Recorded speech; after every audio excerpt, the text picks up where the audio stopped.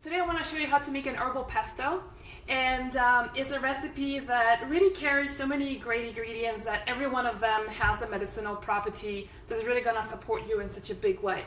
So first thing I want to say is that if you came here and you were expecting me to give you a recipe of like 2 cups of this and 1 cup of that, ain't gonna happen, because one of the things I want to start teaching you is how to improvise recipes. That's why the title of this Facebook talk, hi Kathy, she's saying she's been watching for a while. Awesome. You're watching on YouTube, you're wondering who am I talking to, is because I'm also doing this on Facebook Live. So I am talking to my audience, and so that's why it's kind of like, might be a little bit weird if you're watching it on my blog or YouTube.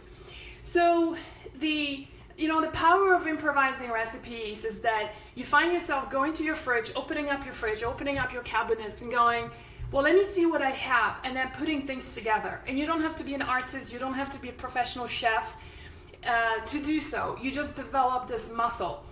The thing about recipes is that a lot of times recipes call for specific ingredients and the amounts.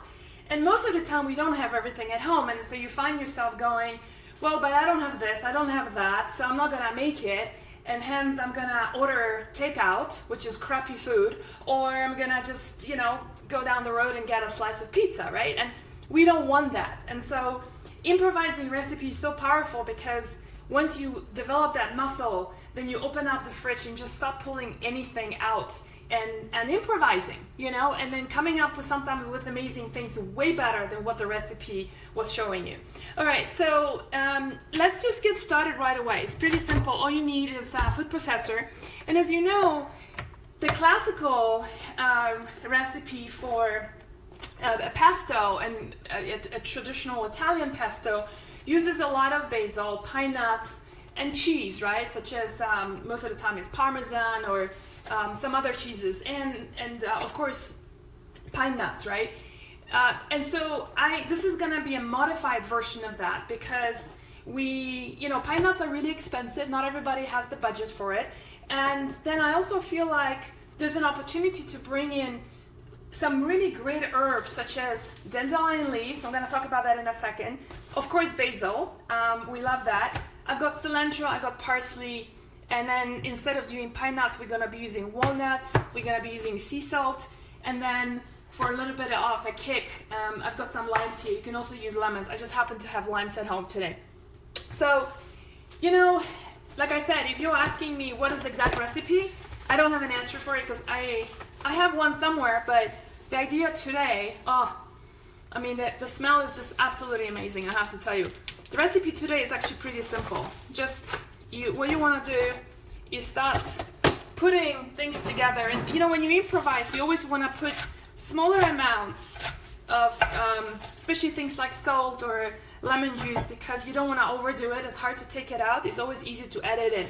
So when we improvise, we want to go slow with things. But we know that basil is really safe.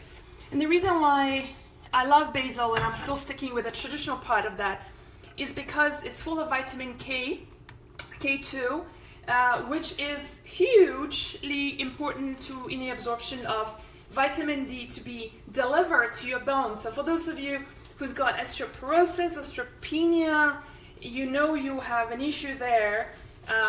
And not only, seriously, like, we need calcium to be delivered into all our cells, not just the bones, right? So that's basil. I've got another pack of basil, so again, I'm improvising this, right? So we might add a little bit more, maybe not, we'll see how it goes. The next ingredient that I'm using here is dandelion leaves. Can you see these beautiful greens? They don't particularly smell like much. I've already washed them. And what's cool about them is that dandelion leaves because they are bitter. For those of you who've done my herbal program, you know that all the bitter herbs are fantastic at stimulating bile production, and bile then helps to emulsify fats, but also helps you to get rid of a lot of the estrogens, antagonistic estrogens. So you literally poop them out. Good bile is important. Bile makes your stool look brown. If it's yellowish, you have bile deficiency. So dandelion is also a detoxifier for the kidneys. Unlike dandelion root, which is then used for liver support, it's been originally in Western herbalism, herbalism used for liver support, this is for kidney. And so now the difficult part about dandelion is that it's quite bitter, right? So what we're gonna do is, that's why we're gonna be evening things out with things like cilantro and some walnuts to add a little bit of sweetness to that. This is purely medicinal food. As you can see, I'm just packing this into the container.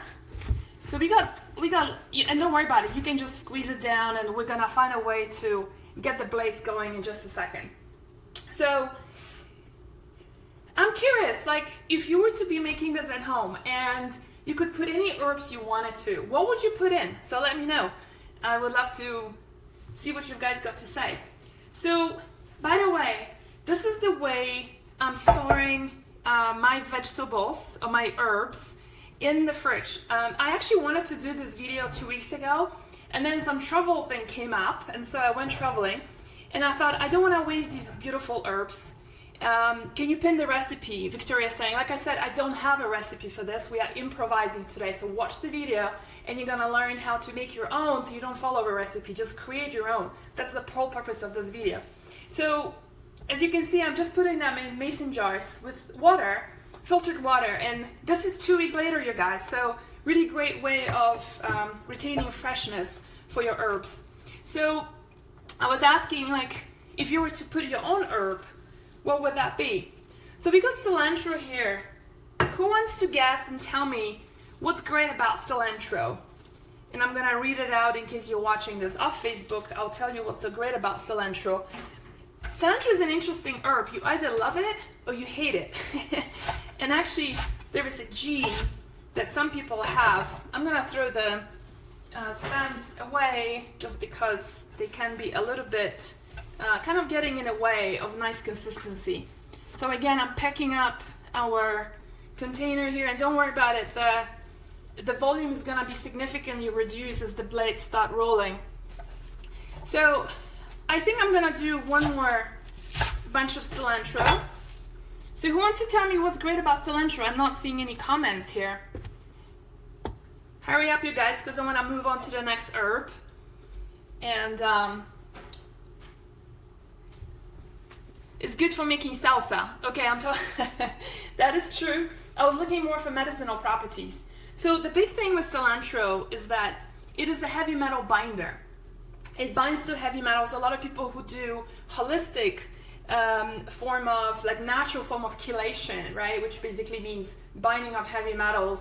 Cilantro is one of the key ingredients. There's other things to use, but that's the key one. So then we have parsley. So after 2 weeks, you guys, sitting in a jar with just filtered water. Now, I'll be honest with you, parsley is not my favorite herb. I use it more because it's healthy, but I'm very happy there is the cilantro and there is the basil to hide the parsley. So I'm gonna use it. Again, parsley is another, by the way, I'm not throwing away the stems. I'm just gonna put them in my sink first, but I'm gonna be using that to juice. So always keep the stems for juicing later. Nothing should go to waste in your kitchen as much as possible. So who wants to tell me what's great about about parsley? So yeah, so that's, while you guys are typing what's good about it, as in like what's medicinally good about it. All right, the next thing I'm gonna do is, so remember, I still have some parsley left, I still have some basil left, and we are improvising. In case you are coming in late to this, I am not showing you a specific recipe. I'm showing you how to put something together that you have in the fridge, so you can learn to improvise, use up all your supplies in the kitchen in a creative way, and develop that muscle to test and learn how to create your own recipes, because that's what's gonna get you to be a regular cook where you're not dependent on recipes all the time. That's really important. Help cleanse the blood. And I was saying, yeah, that's part of it. So parsley is bitter, right? So just anything that's bitter, same as dandelion, will help tremendously with the digestion. It's also very high in vitamin C, so great one for now when, you know, a lot of us might be getting colds and stuff like that.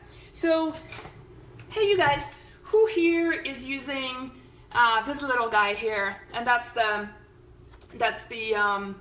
you know, the lemon and lime squeezer. I want to just show you We're actually gonna do a couple of things. I forgot to take this out, so I'm gonna do that right now. And that is my zest for zesting. So who wants to guess and tell me, why do I want to zest this lime? I'm not gonna throw away the zest. Why is that so? So this is one of the zesters I have. This little tiny guy. I have got 2 of those, J.I. is saying. That's awesome, fantastic. So who wants to tell me why am I zesting? What's so good about the skin of a lemon or lime? And so let me put that right in here before we juice it so that it's easier to get the skin off. So who wants to tell me, why am I zesting? Why am I using the skin of a lime or a lemon? Make sure you're getting organic, highest nutrients. That's kind of generic. What exactly am I looking for? For those of you who've done the cooking program, essential oils. Yeah, but which one and what does it do for us? I'm a very strict teacher. So the thing we're looking for, if you've done the Cooking for Balance program or the Herbal program, you know that zesting contains this, which essential oil, I mean, what are we looking for in that essential oil? And the answer is something called D-limonene, which actually helps, D-limonene helps with liver detoxification. So it's a really powerful detoxifier. And so you do not want, and not to mention the fact that from a flavor perspective, it just gives it a beautiful, beautiful zest. Always make sure you're using organic. I'm gonna use one more lime, zest of one more lime. There's another zester that I have. I just don't want to spend time looking for it right now, but you can just like kind of grind it down. Okay. And we're gonna do the juice again. So as you can see, I'm juicing from 2 limes.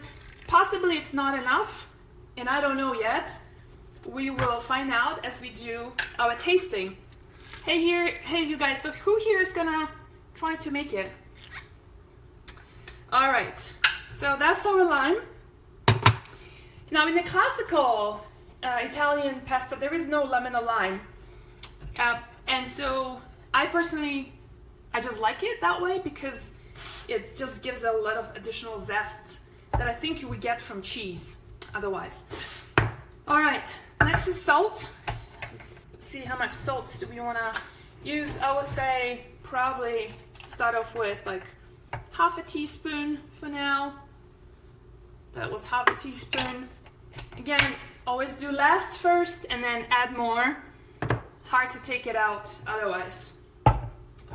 And nobody's asking me here yet, where did I get my dandelion leaves? They're kind of hard to get by. So you have to go around a few health stores and find out. I've seen them many times at Whole Foods, but not all Whole Foods, like the one here doesn't carry it, but another health store I go to does.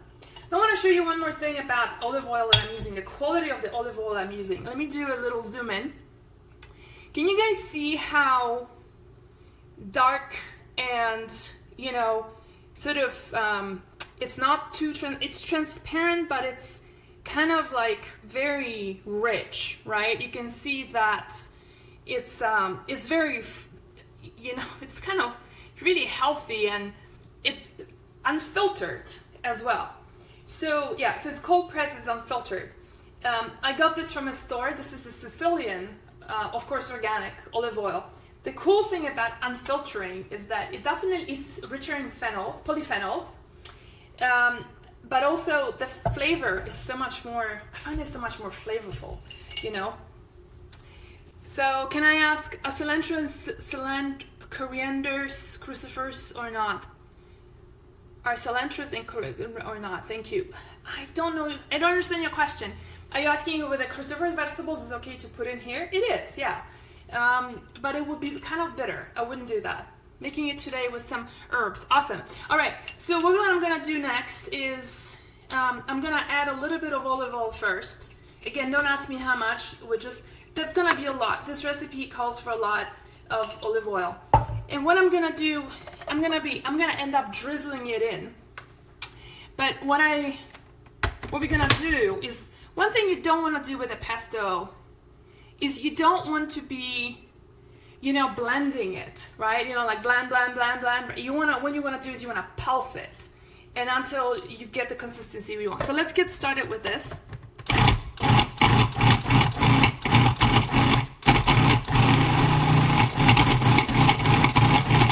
So the bottom is catching, and what you then, because we loaded it with so much of greens, so what you're then gonna do is help it a little bit, move it around, get the bottom to be on top, and repeat the process. So it's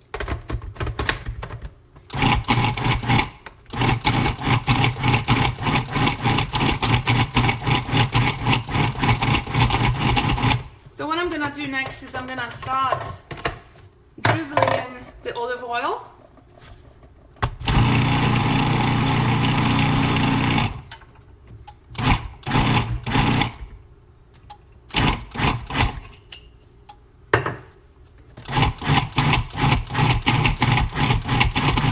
Okay, so let's do, this is when we want to do a bit of quality control and see what's coming out.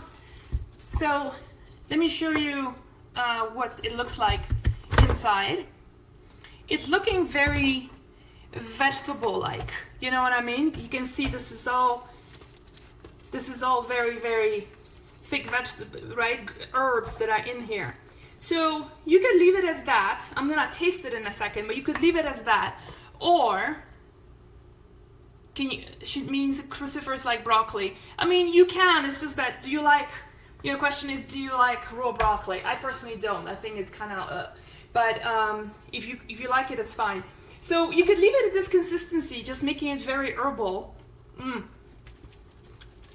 Or what you could do is add more oil. In fact, you know, the bitterness of the dandelion is really strong. So I'm gonna even this out by adding more basil, because basil is has got this natural sweet tone to it, right? So as you can see, I'm loading in. Can you see how everything got reduced from being like full with herbs? It's just down to like a third of what it was before. And I'm gonna do oil in a second. Oh, one thing I forgot actually is our walnuts. So, you know, so why not just add some walnuts in as well?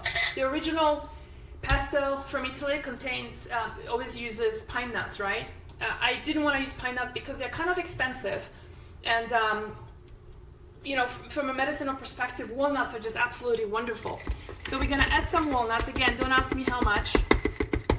Just eyeball it. And if you're just really starting, if you're intimidated by that, that's good. Challenge yourself. Learn something new every day. That's the beauty of the human race, is that learning is living. All right, so I think I'm gonna, let me just pulse that a little bit first.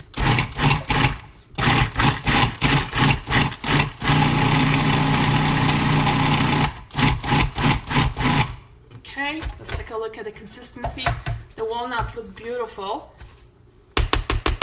What I'm gonna do is now add even more olive oil.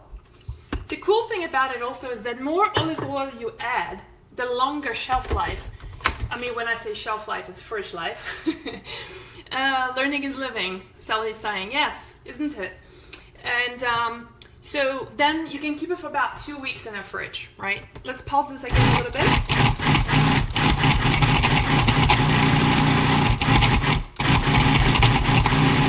All right, let's take a look. That's more of the consistency I'm looking for. Let me show you what I'm getting so that you can have a reference point of what this looks like. So this, ladies, is your pesto. You see the consistency? Again, if you like, you can add a little bit more olive oil. I think I am pretty happy with this right now, with this consistency. And let me do another tasting session.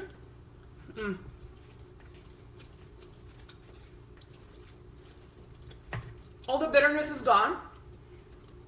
You can see I'm gonna be eating this so I can taste it and put it back into the food.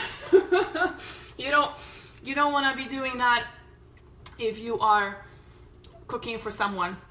I catch myself sometimes do that. Not the best thing when I go on a cooking show. But all right, so typically what I'll do is I would store it in these lovely jars, just mason jars.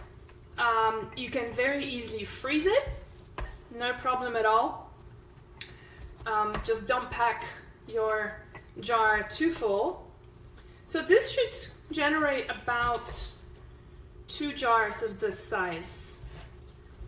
And like I said earlier, it's gonna take you about 2 weeks before it starts getting a little funky. And one thing you can also do to preserve it further is to top it up with olive oil. So let me just show you that. Let me just get everything out here, and I'm not gonna be boring you with me transferring it over, but what I want to show you is that once you have this in a jar, that you can just top it up with olive oil and put this down, and the olive oil is gonna act as a natural preservative in not allowing oxygen to penetrate the herbs. So there you have it. Wasn't that pretty simple to make? I mean, it literally took us, let's see, I don't know, half an hour, but I'm talking a lot, right? So this is a half an hour. Now what I'm going to be doing next is I want to show you how to use this pesto in a lunch combination with spaghetti squash. For that, I'm going to be making another video. If you're watching this on YouTube or in my blog, look for the spaghetti squash recipe and then how to pair this up. It's going to be really complicated. All right, you guys, if you're watching on Facebook, do come back again. In just a couple of minutes, I'm going to just clean up the kitchen and I'm going to do another video on the spaghetti squash. You want to see how I'm putting these together, and actually just a little trick what to do with spaghetti squash to make it just really simple to get it out. All right, I'll talk to you soon. Bye.